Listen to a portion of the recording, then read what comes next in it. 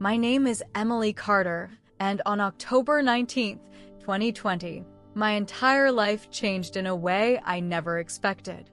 I wasn't looking for a spiritual awakening. I wasn't trying to die. But when I did, or at least when I left my body, I came face to face with something I can only describe as holy.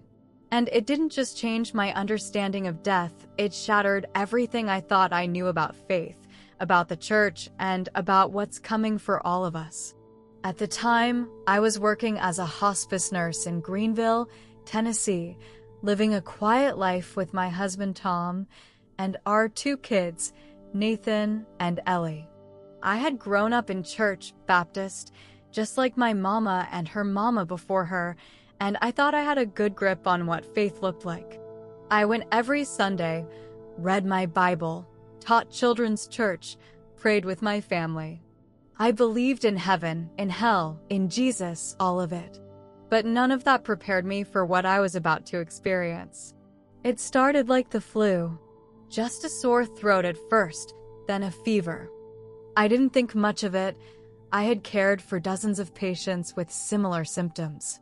But by the 4th day, I could barely breathe. I remember collapsing in our hallway, gasping for air, and Tom calling 911 while Ellie stood there crying, not knowing what was happening. At the hospital, everything moved fast. Nurses shouting, lights blinding, oxygen being pushed into my lungs. I heard them say my oxygen levels were dropping too fast, and then I heard someone say, "She's coding." After that, it was like everything shut off. There was no pain, no noise, just quiet. Not the kind of quiet that's empty, but a quiet that feels full, like it's holding something sacred. I don't know how long I was in that space. It felt like time didn't exist there. I wasn't floating, but I wasn't standing on anything either. It was like I was suspended in a soft, bluish mist that wrapped around me like a blanket. There was no fear, no confusion, just a calm so deep it made me forget my body even existed. I looked down and realized I didn't even have a body anymore, at least not the one I knew. That's when I saw someone walking toward me through the mist. At first, I couldn't tell who it was, just a warm light moving closer. But as it got near, I saw it was my Aunt Marie, who had passed from breast cancer when I was 17. She looked just like I remembered her, only softer, glowing almost. She smiled at me and said, "You're safe, sweetheart. But you're not staying." Behind her came someone I didn't expect, my grandfather Paul, who I barely knew growing up. He died when I was little, but I always remembered the way he used to sing old hymns on the porch. He didn't say anything at first. He just nodded, like he knew everything I was feeling, the shock, the awe, the confusion. Then he spoke softly, "There's someone you need to meet. He's been waiting." The mist around us began to shift, almost like it was alive, and suddenly the light got brighter. Not like the sun. It wasn't harsh or blinding, it was warm and deep, the kind of light you feel more than you see. And then I saw him. A being unlike anything I've ever encountered on Earth. He was shaped like a man, but made entirely of light, wings stretching out behind him, so vast they seemed to touch the ends of whatever space I was in. The moment I saw him, that being of light, something inside me just dropped. I fell to my knees without even thinking. It wasn't out of fear. It was something deeper than that. Like my whole soul recognized what I was in the presence of, like every part of me had been waiting for this moment, even if I didn't know it. He didn't speak with his mouth, but I heard him clearly. It was like his words were being poured into me, into my chest, my heart, my bones. The first thing he said was, "Emily, I have heard you." And right then I broke. Because in that moment I knew, every desperate prayer I had ever whispered into the dark, every cry I made over my children, every time I begged God to help me through one more day, none of it had gone unnoticed. He reached out and touched my shoulder, and as soon as he did, I saw flashes of my life. Not just the big things, but small, quiet moments I had forgotten. Me holding my daughter's hand on her first day of school. The time I stopped to give my sandwich to a man on the street without thinking twice. The night I stood in the kitchen and cried into the sink so no one would hear me. He showed me how all those moments mattered. He showed me that love had been with me the whole time, even when I didn't feel it. Then the images began to change. The warmth shifted into something more serious, not cold, but heavy with truth. I began seeing things that weren't from my life, at least not from the past. It was the future. I knew it without being told. I saw cities, I don't know where they were, but they were burning, flooding, falling apart. I saw churches, giant ones, cathedrals, some of them were empty, others full of people but strangely quiet, like the spirit that once lived inside them had been drained. Then I saw something that froze me in place. A huge crowd had gathered in what I knew was the Vatican, even though I'd never been there in my life. Cameras flashing, people crying, banners waving. It looked like some big announcement was being made, and in the middle of it all, a man stepped out onto a balcony, dressed in white. I couldn't see his face clearly, but I could feel everything about him, and what I felt made my stomach twist. He smiled. He raised his hands like a blessing. People were cheering, reaching out like he was some kind of savior. But the being beside me, the angel, placed his hand on my shoulder again and said, "He is not who they believe he is." My chest tightened, and I didn't know why. He looked so calm, so kind, but something was missing. I couldn't explain it at first, until the angel said, "He was chosen, not by heaven, but by those who serve themselves." I started to feel sick, even though I didn't have a body in that place. The angel told me, in the year 2025, the church will change. A new leader will rise, but his crown will not carry the light. He will speak of unity, of peace, of love, but it will be a counterfeit spirit. I felt such grief wash over me. All my life I'd trusted the church. I had taught my children that the church was our refuge, but now I was being told that the very place I had trusted most would become the very tool used to lead people away from God.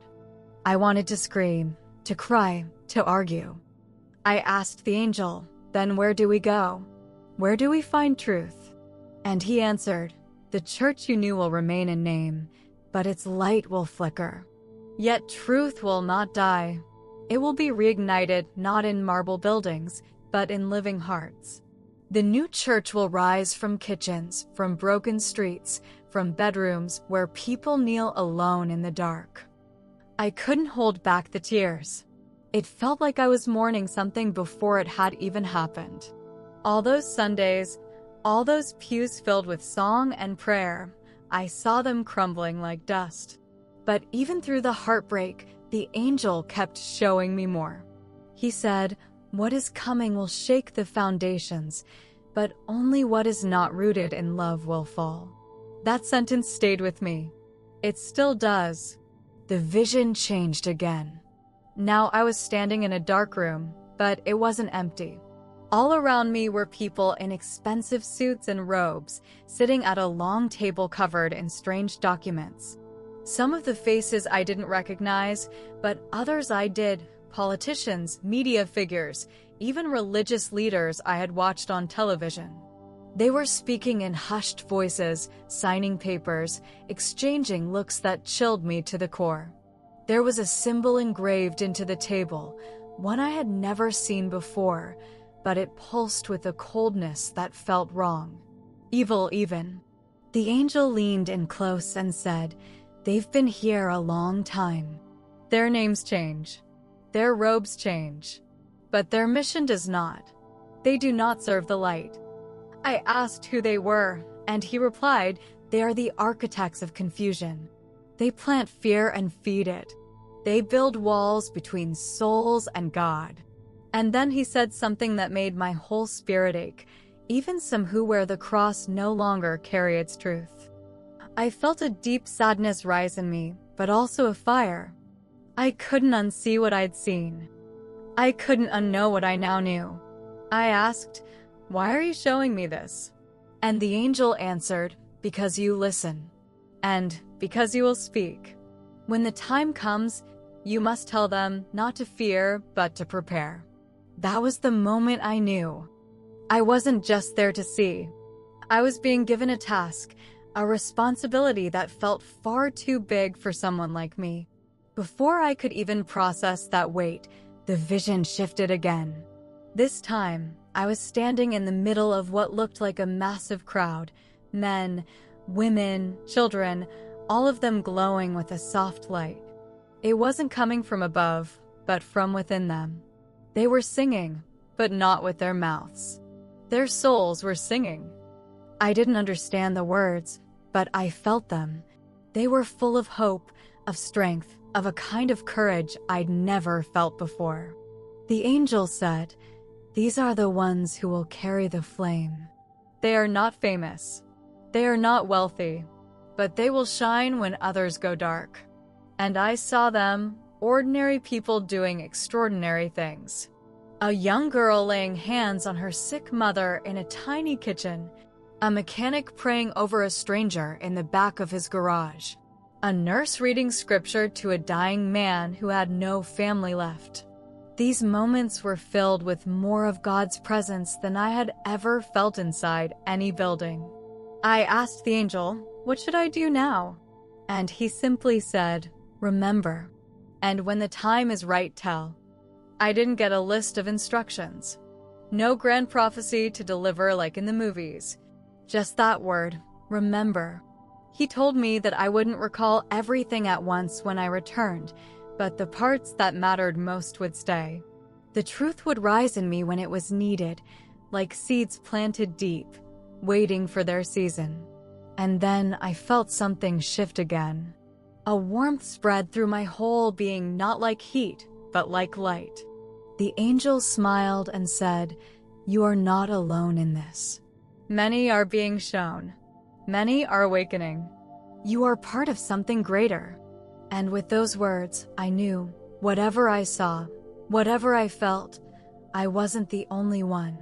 God was moving in people everywhere, not just the preachers or prophets, but the mothers, the janitors, the broken, the overlooked. Then I felt the angel begin to step back, and I panicked. I didn't want to leave. I didn't want to go back to the world I had come from, with its noise and pain and confusion. I begged, "Please, let me stay here. I finally feel whole." But the angel just looked at me with a love that was deeper than anything I can put into words and said, "Emily, you must go back. Your children still need you, and your voice will help others find theirs." The light around me began to dim, not in a scary way, but like the curtain closing on a sacred stage. I turned and saw my Aunt Marie and Grandpa Paul one last time. They didn't speak. They just smiled, and somehow I knew they were proud of me. Then everything dissolved, the mist, the light, the peace, all of it fell away. And the next moment, I was gasping for breath in a hospital bed with tubes in my nose and wires on my chest. The nurse grabbed my hand, tears in her eyes. "We thought we lost you," she whispered. I couldn't speak. I could barely move. But my heart was bursting with everything I had just lived through, if you can even call it living. The doctors said my heart had stopped for nearly 2 minutes. They called it a miracle I survived. But I knew what it really was. I hadn't just survived. I had been sent back. The days that followed were strange. My body healed slowly, but my soul felt like it was on fire. I tried to talk to my husband about it, and he listened, but I could see it in his eyes. It was too much. Too big. Too unreal. So I stopped trying to explain. I started writing it all down instead. Page after page, every detail I could hold on to before it faded. I didn't want to forget. I couldn't. For weeks, I lived in two worlds. On the outside, I was back to making lunches, folding laundry, checking homework, just like every other mom on our street.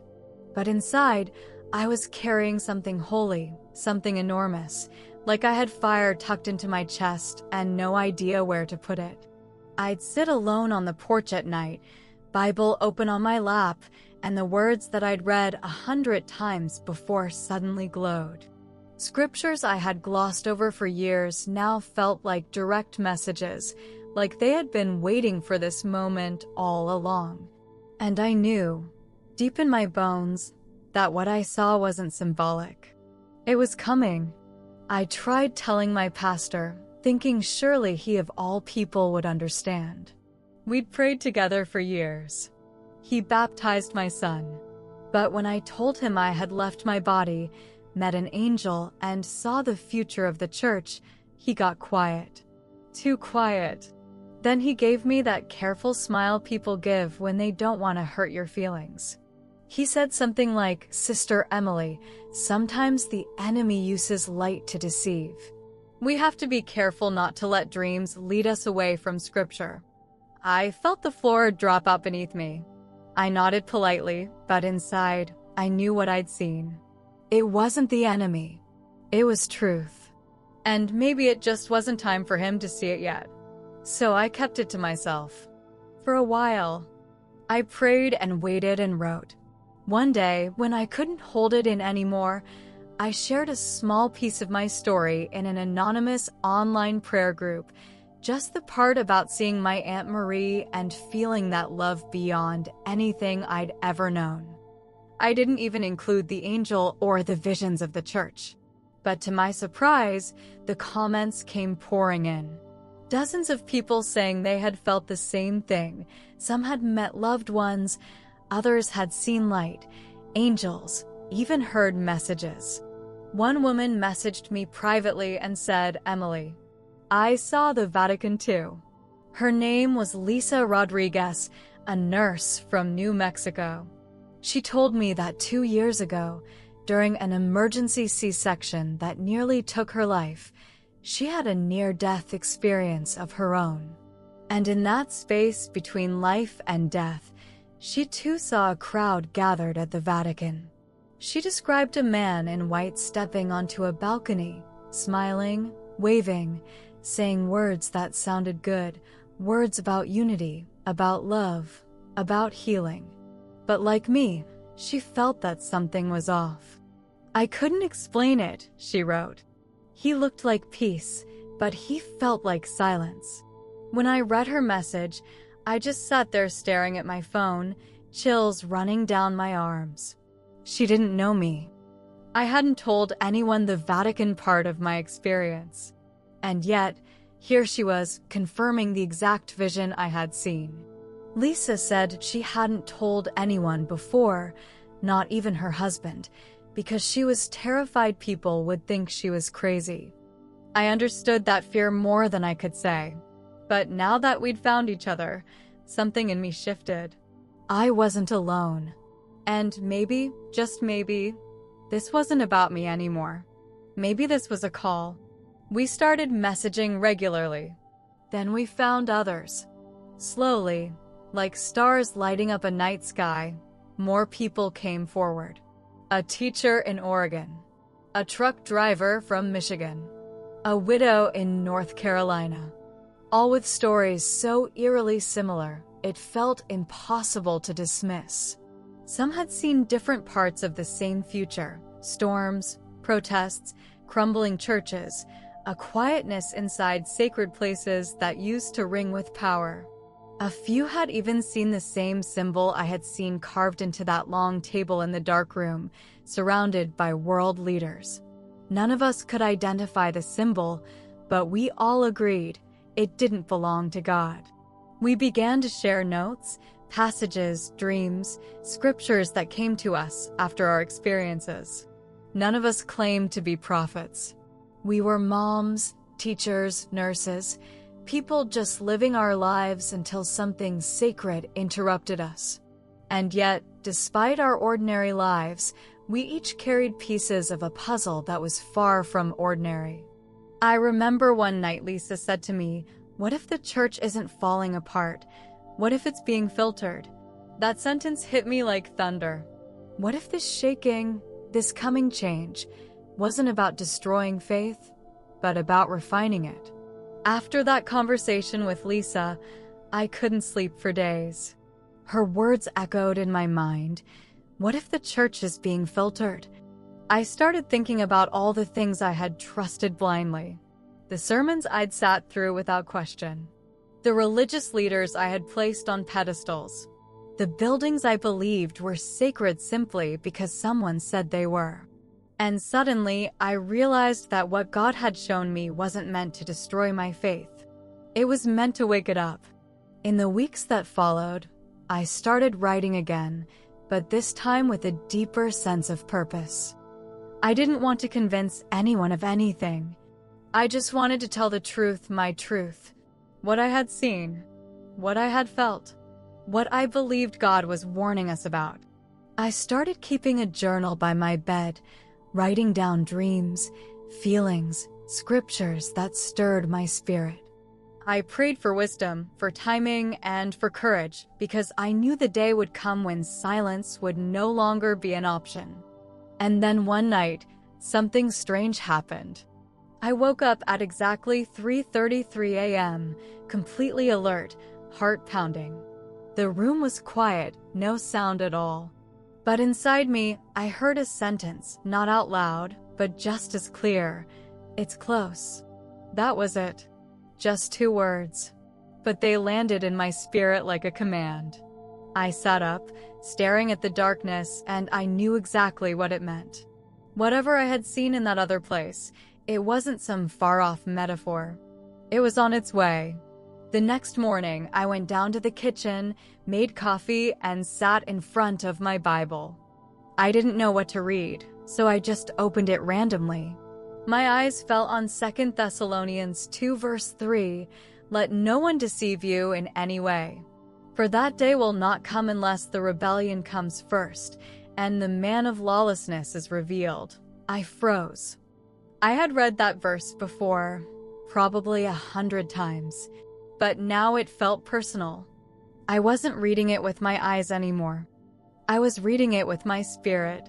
I closed the Bible and just sat there, staring out the window as the sun started to rise over the trees. My heart was heavy, but not in a hopeless way. It was like I could feel the weight of what I had been asked to carry. And maybe that was the part no one ever talks about. When you're shown something sacred, something terrifying and beautiful at the same time, you don't just move on. You carry it with you. Every step, every breath, every conversation becomes a little different. Later that day, I pulled out an old wooden box that my father had given me when I left for college. It still had a few old letters and photographs inside, but I emptied it out carefully. I started writing out my full experience by hand, not just the visions, but everything. The light, the angel, the warnings, the promise that good would still prevail. It took me 3 days to write it all, front and back, page after page, my hand aching, my eyes burning. But when I was done, I placed it all in the box, sealed it shut, and wrote on the lid, "For when it begins." I don't know who will open that box. Maybe it'll be my kids. Maybe it'll be someone who hasn't even been born yet. But I know this. The truth inside it matters. Not because it came from me, but because it came from him. From a place beyond what we can see, beyond what we think we know. It's not a story to entertain. It's a warning, a promise, a preparation. And then, just a few weeks ago, during an online service with a guest speaker from overseas, something happened that shook me.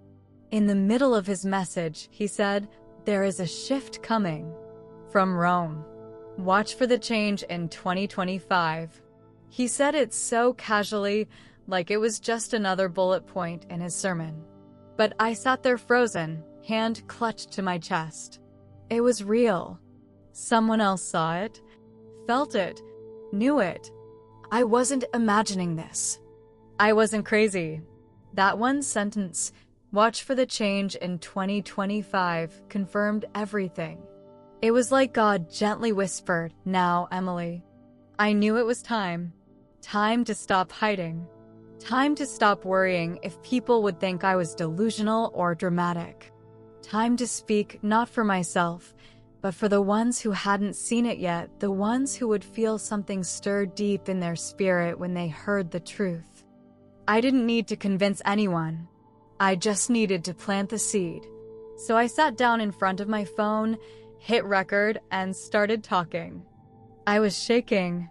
My voice cracked, but once I started, the words came like a flood. Not scripted, not rehearsed. Just the truth as it lived inside me. I spoke about the light, about the angel, about the Pope and the council behind him. I talked about the fake peace that would come dressed in soft words and warm smiles, and how the true church, the real church, wouldn't crumble, but would rise again in living rooms, in hospital rooms, in quiet hearts that refused to be deceived. I told them not to be afraid. That's what the angel kept saying, do not fear, but prepare. I reminded people that the shaking isn't to destroy us. It's to reveal what's real. And if your faith is rooted in a building, in a personality, or a tradition, it might shake.